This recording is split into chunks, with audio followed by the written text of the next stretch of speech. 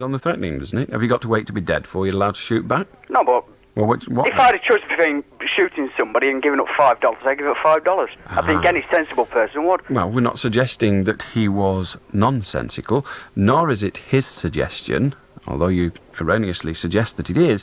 It was not his suggestion that he shot them because they wanted $5. Well, because they were threatening him there. Yeah. We progress. So they didn't wander up and say, "Can we have $5, Mr. Goats, please?" They said, what? Well, they threatened him. Oh, they threatened him? $5, yeah. Oh, I see.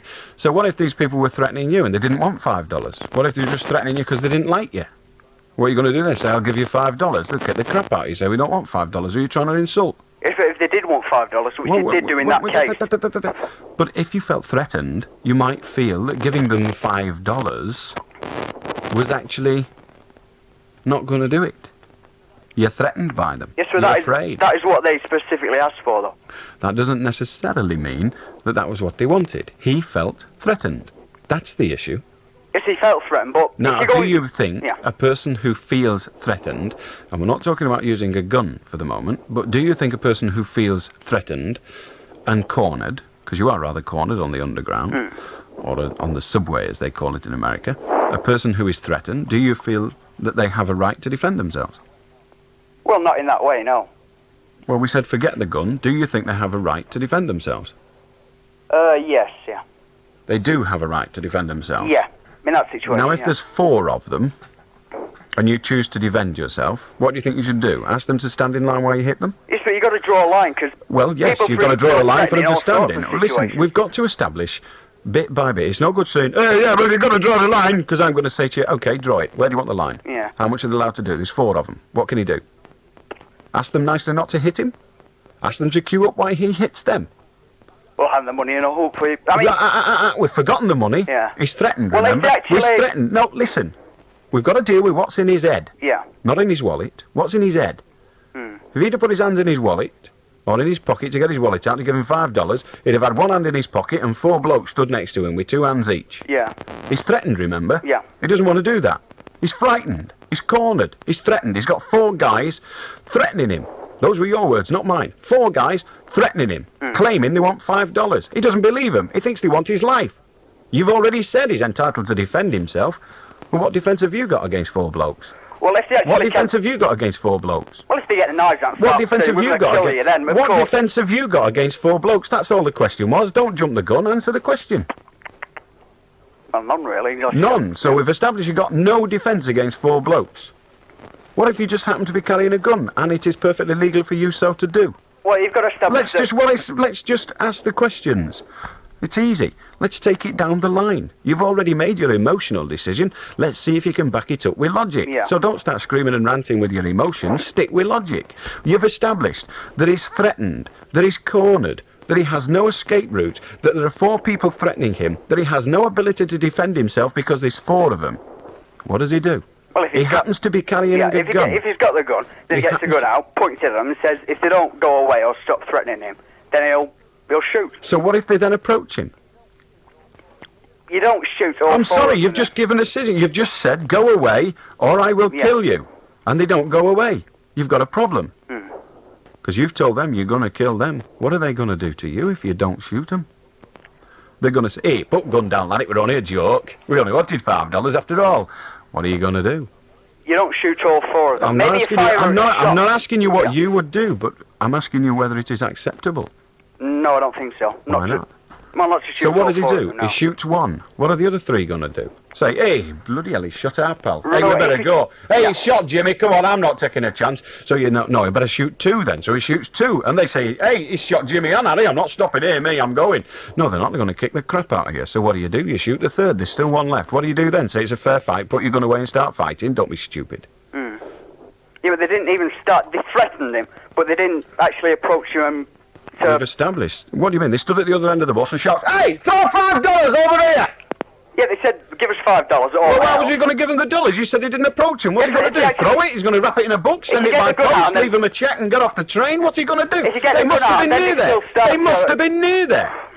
If you get the gun out and they still threaten to violence against you, then you start shooting. Well, how do you know that didn't happen? How do you know that didn't happen? Well, he didn't. How do you know they didn't? In his version of the case, that did not happen. Tell me what happened. He just said, don't like you. Bang, bang, bang, bang. That was 4. He didn't say that, did he? No. What did he say? I felt threatened. I was afraid. He felt threatened. You've got to establish whether he wasn't threatened or not. He has established. The court believed him. I know, but I don't think it was right. I don't. Look, I'm sorry. Yeah. If you're saying you've got to establish, I'm saying he has done beyond reasonable doubt for a court of law. That's good enough for me, isn't it? Not for you. Yeah, but has he got to come over here and convince you? Now has he got to go all around the world convincing all the doubters? What is it? You've got to say whether his reaction was justified, though. Well, I mean, whether he's justified in shooting all 4 of them. The courts have all the information at their fingertips, and they think it was. And allow me to tell you that I maintain that once you've shot one, you ain't got a choice. If you shoot one and the other 3 don't run away, then you've got yourself one hell of a problem. I think if he did shoot one, the other 3 would run away. Then. Well, they didn't. Yeah, but he shot all 4 of them. Well, did he get one of them in the back? Because the 4th one must have had time to turn round. No, but he shot. He must have had time to turn round. The 4th one, he went bang, bang, bang, bang. Yeah, he went bang, bang, bang. Exactly. You don't have time in that sort of as soon as you start, the 4th one says, oh, crap, I'm getting out of here. He just shot him in the back, but it doesn't look that way. Well, none of them were shot in the back. I don't think you'd have time to react in a situation like that, though. If I saw a bloke next to me shot, I'd have been off the train and halfway up the stairs before he exactly, I dare say they would have as well, but he got the gun out and he shot straight away all of the shots from his gun. No, you don't know that. He had time to be afraid. I mean, a few moments ago you're telling me they didn't even approach him. Well, they did approach him. Well, a few moments ago you said they didn't. Obviously, a few moments ago you said they didn't. Now you're saying they did. I think you need to read a bit more. You have been Beswick.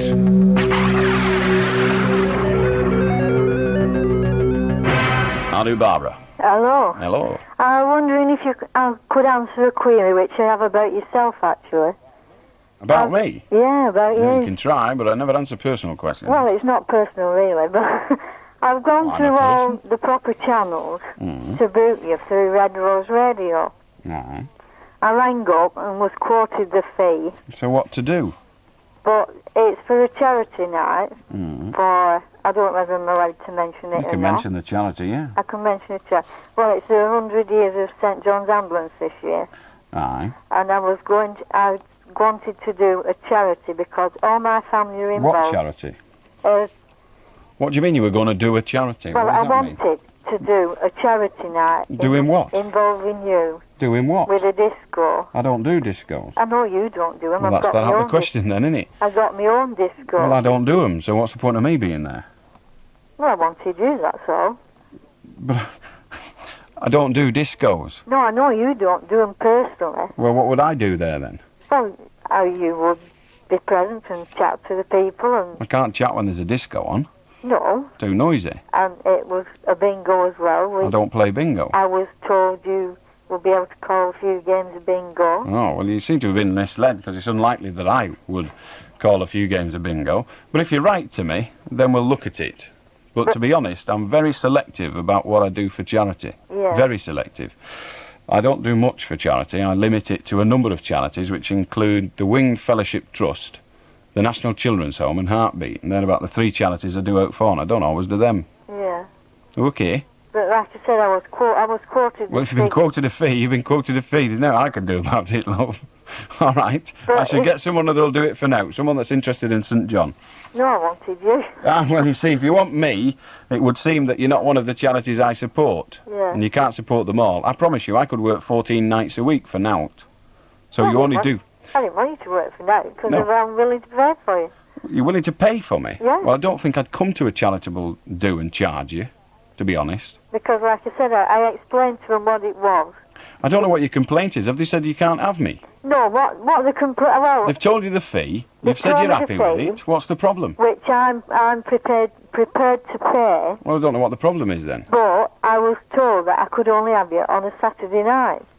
Well, that's probably because that's the only night I've got. I'm here every other night. But what I can't understand is that sometimes you come on the radio and you say, I'm not on such a night because I'm appearing at such a place. Well, sometimes I use the days off that I'm allowed in the year to do appearances. Yeah. But they're usually these concerts in theatres. Yeah. And you can't afford that.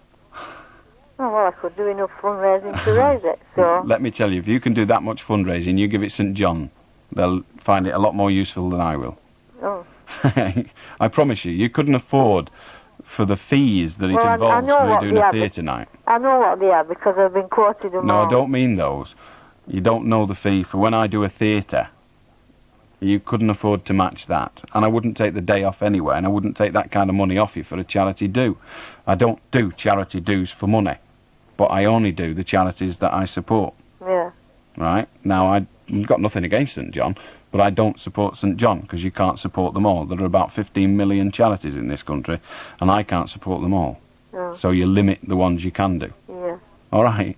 Oh. So it's no use writing to you then? Well, not really, if it's for midweek. I'm not going to take a night off to come and do something for St John. I'm going to come here and do what I do for a living. Yeah. How many people will be taking a night off work to come to it? Oh, well, I don't know that, do I? No, but do you think many will? You think if you approach a bloke and say, look, we'll give you a good night's entertainment, we'll charge you £2 for the privilege, all we want you to do is to take a night off work. Do you think he would? Well, I don't know. It just depends what sort of frame of mind he's in, doesn't it? I see. Well, I know I would. you would. You'd take a night off work. Yeah. You'd give up a day's pay Yeah. to the employer. In fact, I've given up a week's of my holidays to raise this money for the charity. Well, I think you've done very well, because you care about the charity. I do care And about if I it, cared yeah. about the charity, I would. But like I said, St John isn't one of the ones on my list. Oh. Right. All right. Well, that you've upset me then. Well, if honesty upsets you, you'll have to stick with it. Okay? I could have lied. I know. Could have been very easy. I could have just said to you, oh, well, write in and I'll do it, and then no one would have known any wiser. Oh, no. Well, in fact, right, Red Rose said you would do it. Well, not on a weekday night, I No. wouldn't. Oh, no. Well, no. that's what you wanted. No, I was just... I'm going round in circles. What nights you do on, for crying out loud? All my query was... What night all is you my- do on? Sorry? What night is you do on? Well, I haven't arranged it yet because... Well, when you arrange it, let me know. Because if someone comes to me and says, will you do this gig for us? My answer is, when is it? All right. Because, like I said, I got it all arranged for Friday night, and then they said, Oh, so you did have a night for it. A moment ago when you said you didn't know, you meant you did know. No. It was Friday. I asked you what night was it. You said, I don't know. Now Well, you're I telling me don't- it was I Friday. don't know, because I haven't booked the I'm getting an headache. I'm going to need St John in a minute. Barbara, I don't think I could arrange to do a gig for you because I couldn't hold the conversation long enough. How do, Gary? Hello, Alan. Yes.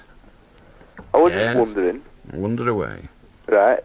No, I before- don't know whether it's right or not. Before I started listening to your, when I started listening to Well, your you make your program- mind up which it is, before or when. Before. Because I really haven't got the time while you work through all the permutations. When I started listening to your program, right?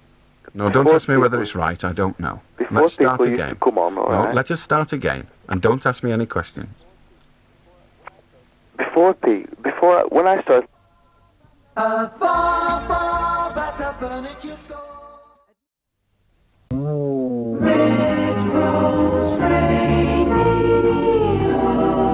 It's a little late, but it's melodic moment time. 13 minutes to 1. I wonder if Sophie's listening to this. Sophie's a dog, believe it or not. I know someone who's got a dog called Sophie. A daft name.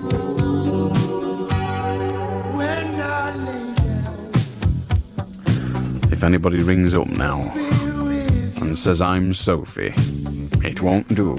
I won't believe you.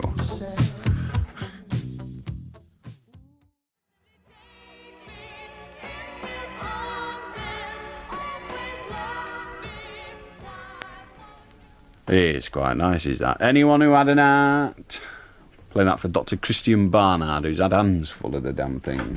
Can you believe it? A complete luxury fitted bedroom of real quality for just £350 plus VAT. It's true at M&S Fitted Bedrooms of Preston and Bolton. For £350, we'll design, plan and fit 2 wardrobes, 1 bridging unit, 2 corner displays and 2 bedside cabinets. Do not buy a fitted bedroom till you've visited M&S Fitted Bedrooms, 342 Blackpool Road, Fulwood, Preston or 156 Blackburn Road, Bolton. But hurry, this offer's for a limited period only.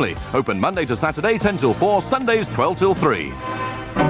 Brought Broadbents and Boothroyds of Southport great summer sale starts this Friday, June the 19th at 9 a.m. There's a whole host of savings for everyone, but hurry! With sale prices like ours, they won't last long. So, come to Broadbents and Boothroyds of Southport this Friday and pick up your sale bargain.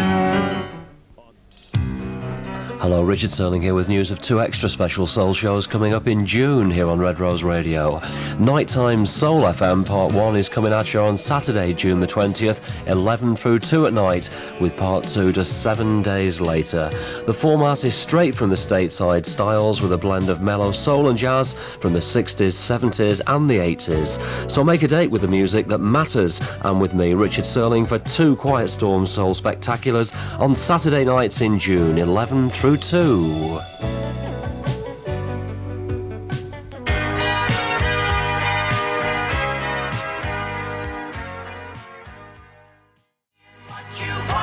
Leonie Warwick and Heartbreaker. We got a smashing record for you after the 1 o'clock news. Not particularly melodic, but wonderful nonetheless. Back with you after news.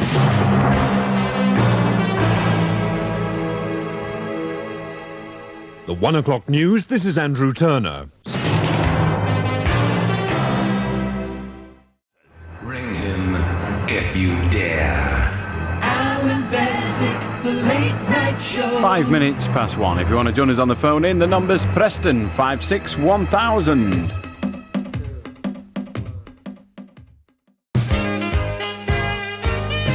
Allan Beswick. How do, Edna? Hello, Alan. Hello. I've just got this bit of a problem. I thought I'd get a bit of advice off you. It's my 2 sons, drug addicts.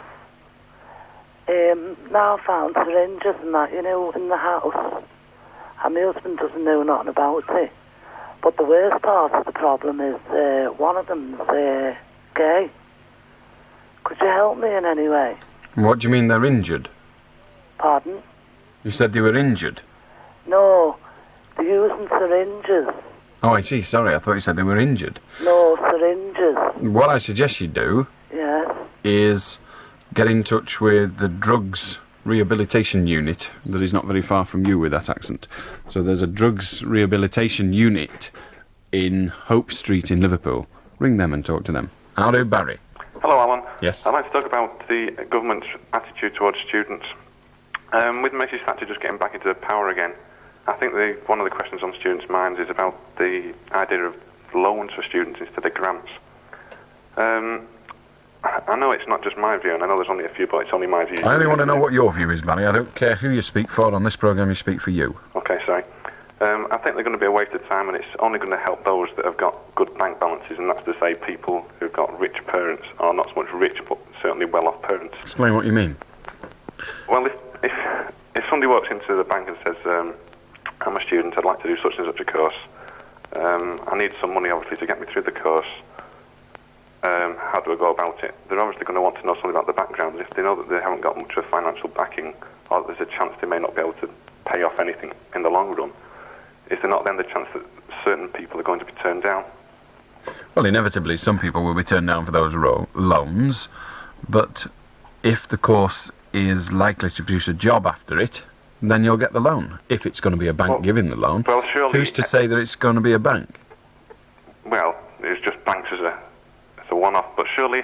Well, whatever made you pick banks? Because you see, the way I perceived the scheme was that the government were going to issue the loan. If you wanted to go to university, you borrowed money for your fees and the like. In other words, the government paid your fees, and you then created a debt. You then owed them the money for your fees and the like. Well, how do the government expect people with no money who are going on the course to pay them back?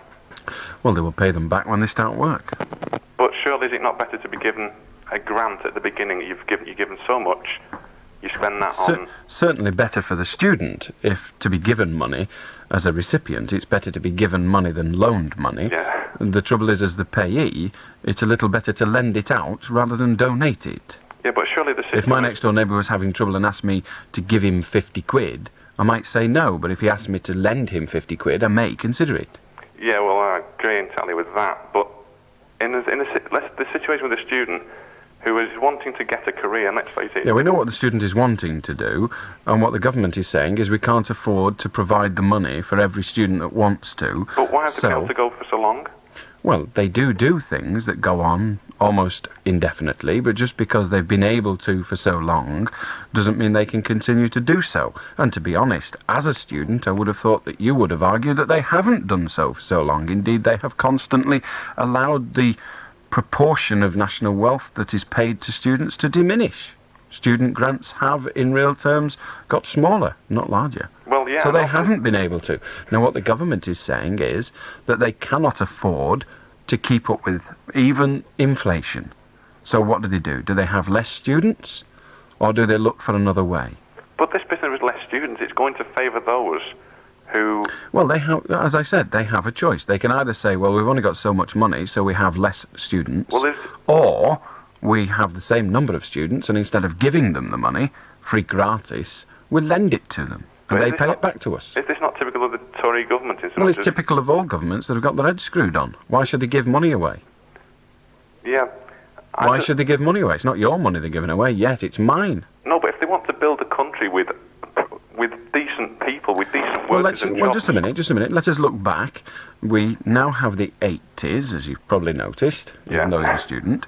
It's now the 80s. The country doesn't seem too bad. It's a nice place to live. I enjoy living here. There are many on the dole, but the country itself is better than most.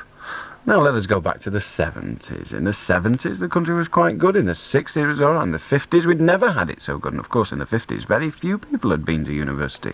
So going to university doesn't enhance the country at all. Doing some courses. What we don't need is another 40,000 painters and decorators, another 40,000 vicars, another 40,000 other totally useless professions. What we want is some scientists. The problem is you've got all these damn students doing sociology and other crap useless subjects. Well, my subject isn't sociology, it's music. Music? Oh, well, I can't wait. If the world needs else, it's another music graduate. Can you imagine sitting in front of the television then and watching a programme without music? You imagine going out and not listening to music, Alan? I fully accept that people do listen to music, but I'm sorry, there's another way of doing it. Beethoven did all right. Which university did he go to? Yeah, but you still have to learn. Which one did he go to? You still have to learn. Which one did he go to? You still have to learn, Who taught him? He was taught by people who knew more about the subject than he did. So he did fine. And we didn't need... nobody gave him any money, or certainly the government didn't. No. Well, why don't you get the money off who gave it to him? But this business... Why don't you get the money off who gave it to him? Because I haven't got a clue who gave it to him. Well, work it out. When you've done your course, you'll know, and when you find out, go and see him. See the descendants and say, hey, your Uncle Harry, he looked after Baton needed when he was a lad. Can you look after me? If we're going to end up with a country of scientists, is that just the case of, oh, let's build a few bombs and the country will be a happier place? No, scientists in their minority make bombs, but in their majority they do lots of other things. Well, in fact, they make things for you to push buttons on. Why should scientists then have the favouritism of the government rather than... Because in terms of money, and it's money you're talking about, the scientists provide the government with money.